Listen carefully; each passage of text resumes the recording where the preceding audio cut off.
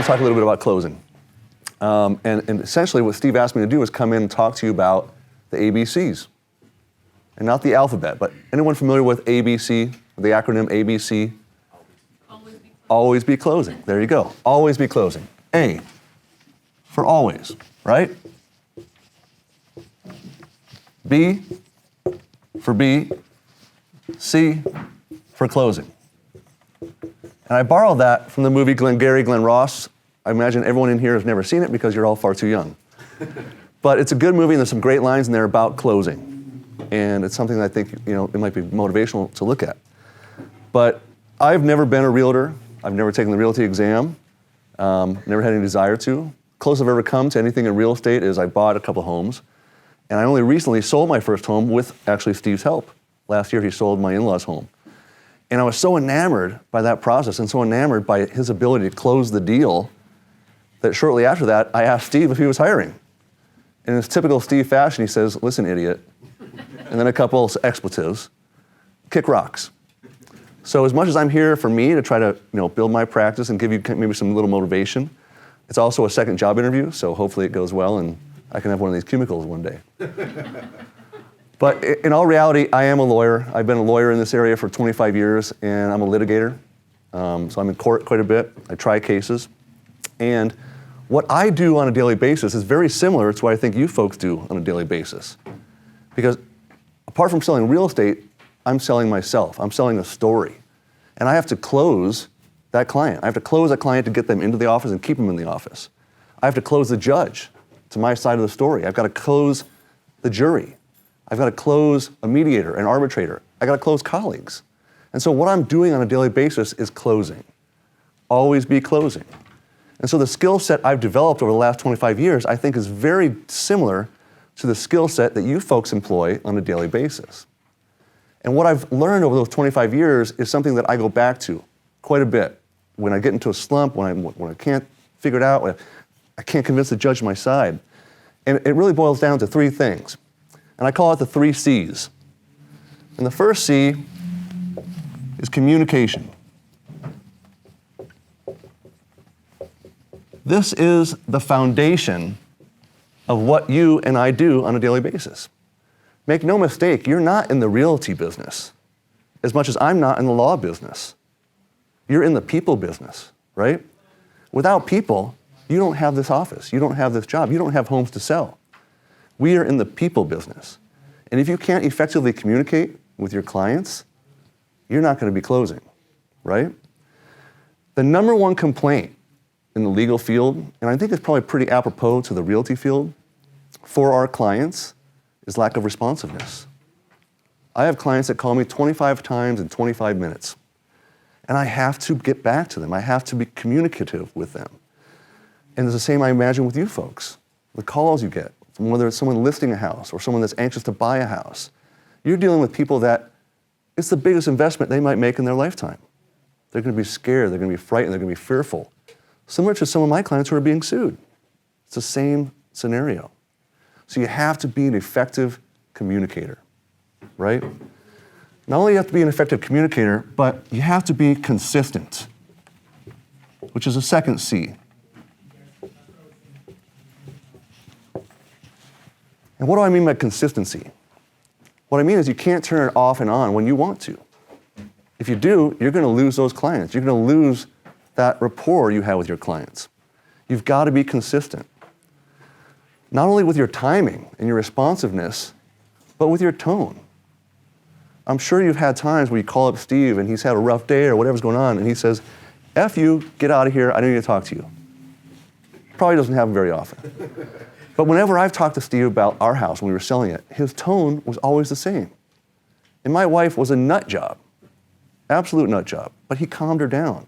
He was able to communicate with her consistently with the same tone that gave her confidence in what he was doing for us. So remember that communication has to be consistent. And the last C is basically a combination of these two. And the last C is create rapport.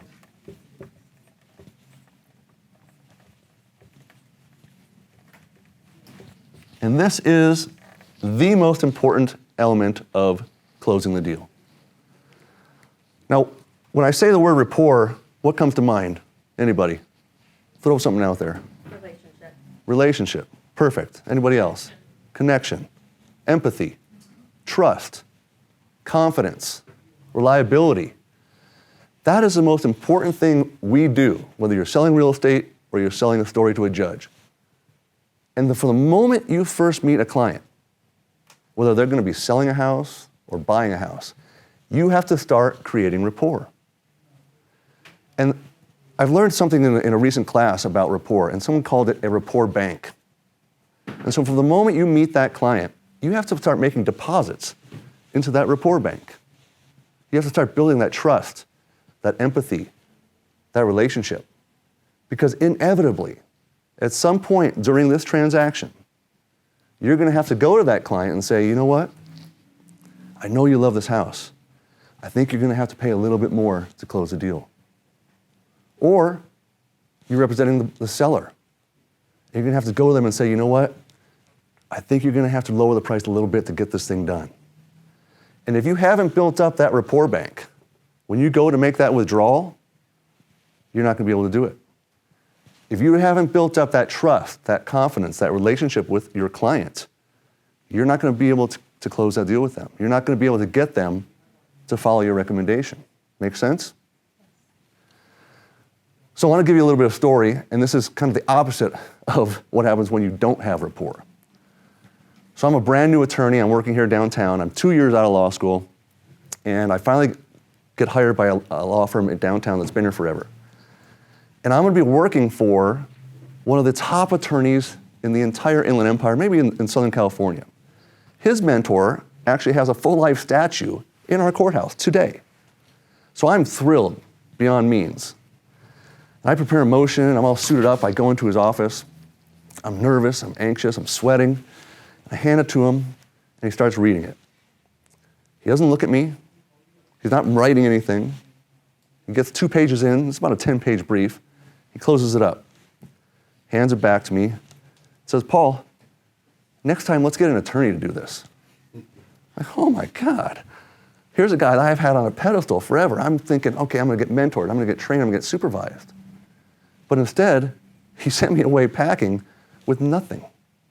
There was no rapport, there was no trust, there was no confidence. And it was an old school method of trying to challenge me to do better. Now, I'll propose to you today, in our climate and with our society, that method doesn't work anymore. So I took it as a challenge, and I worked on that brief for another 3 days straight. Didn't do anything else, just worked on that brief the entire time. Finally got up enough courage, I go back in, changed the suit because the other one was so sweaty because I was so nervous. And I said, here it is, boss, take a look, I think I got what you needed.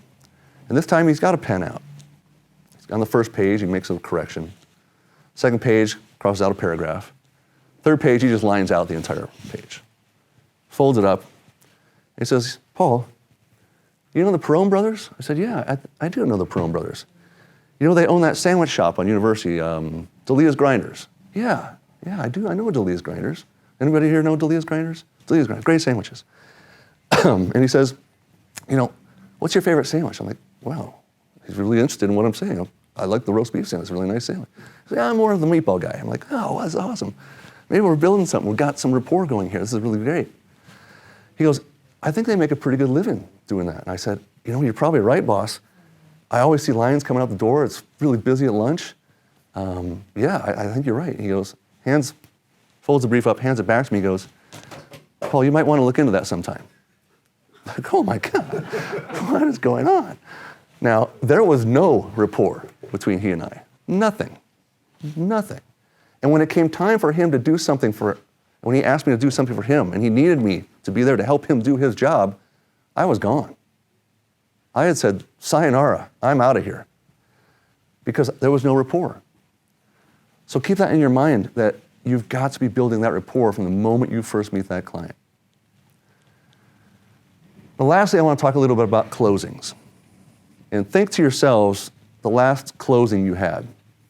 And ask yourself, how many closings were involved in that transaction? And you're probably all looking at me or looking at Steve going, why is this attorney talking to us about closings? It's a closing. It's one closing. It got the deal done, right?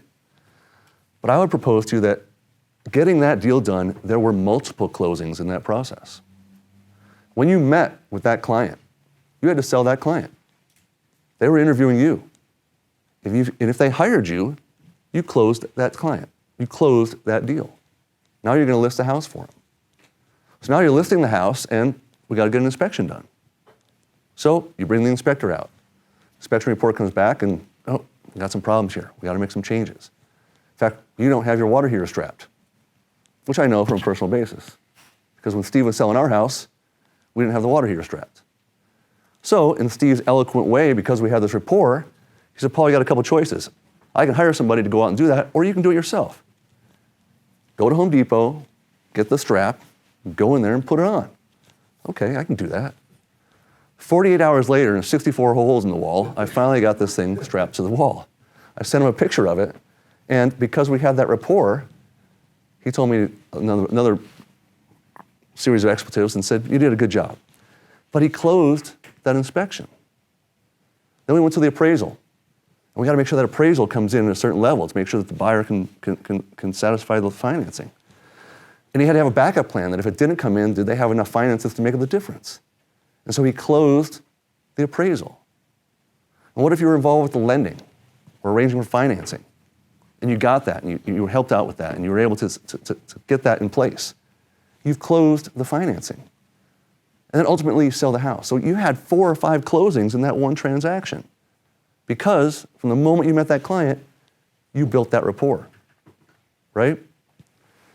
So think about that as you're going through in your daily lives, because the closing up here, as I notice you have this wonderful summary of everything you're doing, that doesn't account for all the closings you're doing on a daily basis, right? So I know I've kind of shared a number of things with you, and hopefully I covered everything I wanted to cover. And there's one thing I want to try, and I learned this on TikTok. And I don't know if it's going to work or not, but if it does, it's going to be fantastic. So what I need is, I need a volunteer. Volunteer, anybody? You're up. Yes. Oh, go. There you go. Yeah. You're up, Renee. Renee? Okay, so what I need you to do, come on to the camera so people can see. What I need you to do, I need you to get that ball in this cup. And if you do that, it will be the biggest closing of your lifetime. Okay. Okay? Ready? Whenever you're ready. Are you going to move it? No. Oh, so close. Thank you, Renee. That's all? Yep, that's it. Another volunteer. Another volunteer. Anybody? Come on. It'll be fun. Okay. Think of beer pong. Now, biggest closing of your lifetime, right? But this time, the client's pivoting. They're wishy-washy. They're changing their mind. So it's going to move. Okay? Biggest closing of your lifetime. Give it a shot. Oh, dang it. Well, yeah, it was tough. Okay, one more. Steve. Okay, now I've got a lot of faith in Steve because he's played a lot of beer pong. So Steve, I need you to get that cup, that ball in this cup. Okay. Okay? Biggest closing you've ever had in your lifetime. All right? Easy. Okay, go. Oh. You did it. You did it. Now I had preconditioned you guys that you had to throw it, right? So if you don't take anything else from this speech, take this one thing, and that is, don't be afraid to think outside the box. And when all else fails, keep it simple. When all else fails, keep it simple. You've built the rapport, you know what you're doing, keep it simple.